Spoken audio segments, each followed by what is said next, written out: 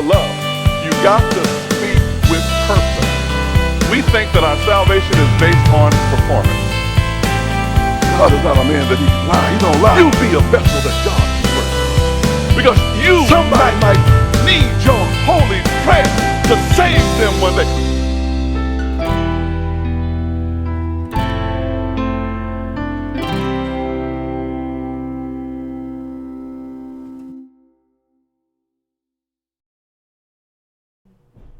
Well, good afternoon, everybody, and this is Dr. Will Wheat here, and this is a impromptu video. Primarily, it's to replace our live videos that we've been doing on Sunday mornings. Now, I do have members who will put our Sunday morning services up by way of their Facebook feed, but in lieu of that, we had our own Facebook feed that we were doing when I was broadcasting mainly from my home on Sunday mornings during the quarantine. For the last 3 weeks, we've been going back to meeting publicly.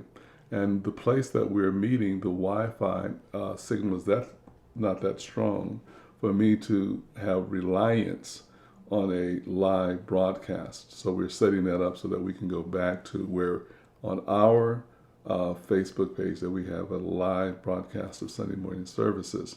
But until that time, I'm doing this video for YouTube, and for those who are subscribing to YouTube to get notification about the teachings that we have on Sunday mornings. Another reason for this video today is to correct a previous announcement on this past Wednesday on where we're going to meet on Sunday.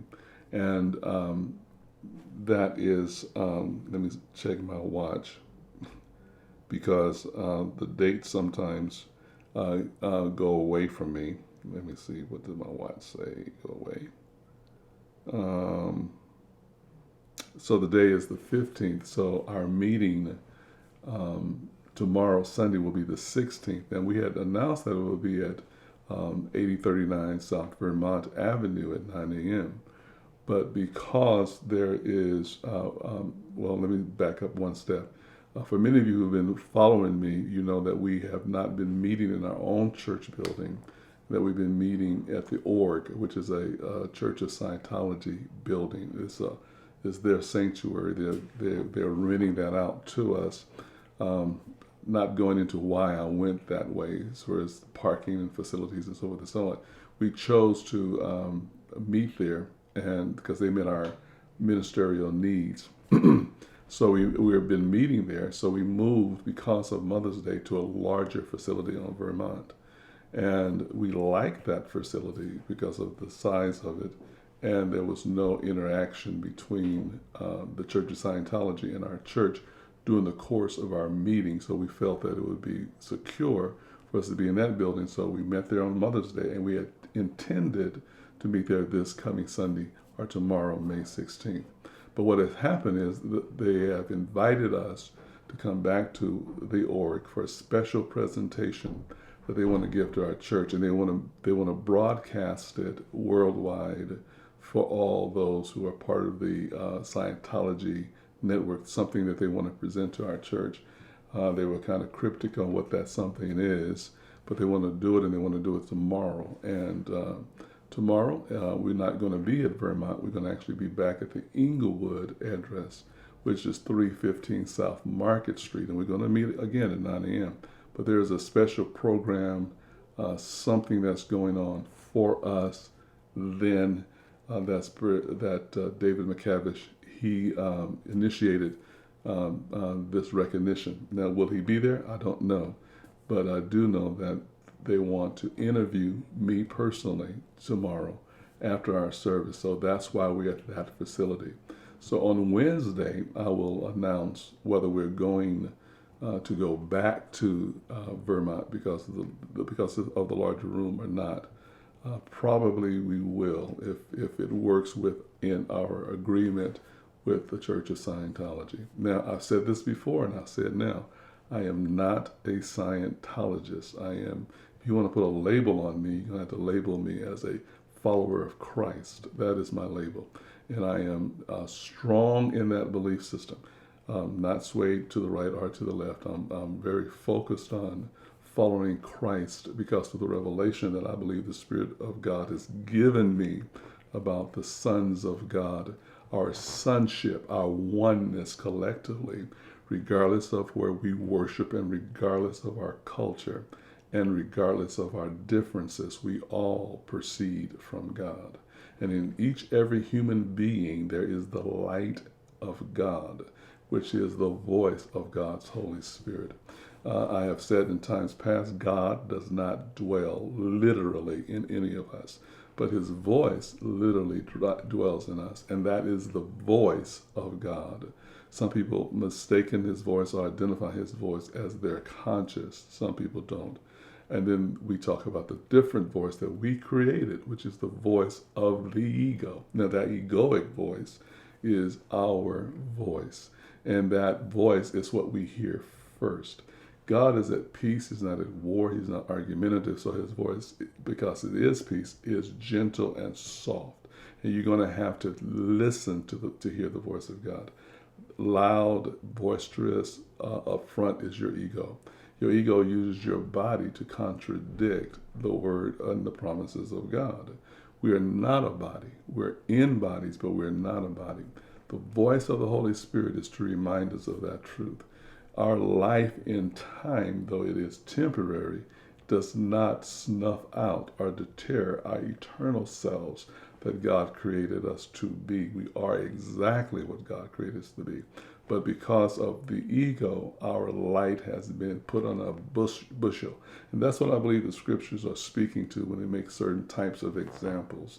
Certain types of examples, even when it comes to certain types of decisions that a person makes, it will seem as though you have to go at war with yourself. And if you're at war with yourself, you have a tendency to project that energy out toward others because you're warring with yourself. But if you're at peace with yourself, you have a tendency to extend that peace because that peace is birthed from love and is nurtured in love. And love covers a multitude of error and fault because you begin to see the light in others because you first recognize the light in yourself.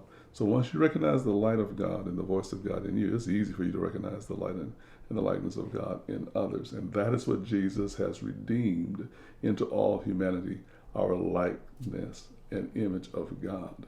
Now, there's a discussion that's out about Israel, the Palestinians, different wars, apartheid, violence, and a lot of people make statements which are statements of truth.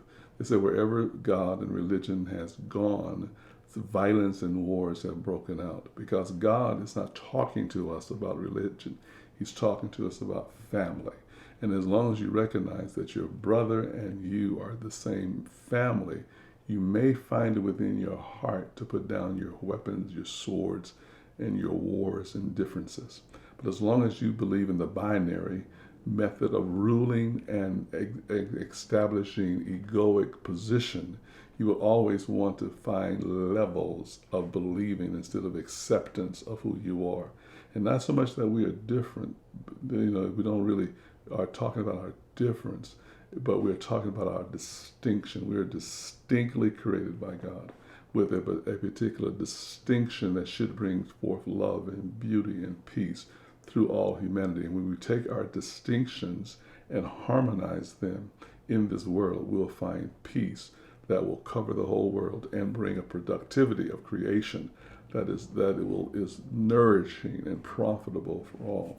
But as long as we are thinking that we're different or better from the other person, not related to that person, or their culture, and we're afraid of them, we're afraid of their influence, then we will put up defenses, and defenses, once they're violated, we'll fight. It's absolutely ridiculous to think that God took one piece of land and called it holy and assigned a land to that rock and told them to defend it with their lives and to defend it violently. That is what's going on with Israel and Palestine. They're fighting over a piece of rock. The whole earth is the Lord's and the fullness thereof. And so God is not so euphoric to just say, this is yours, fight for it and protect it. That's not true. Metaphorically, that may have some teaching and some basis, but that is not true, for us to live in.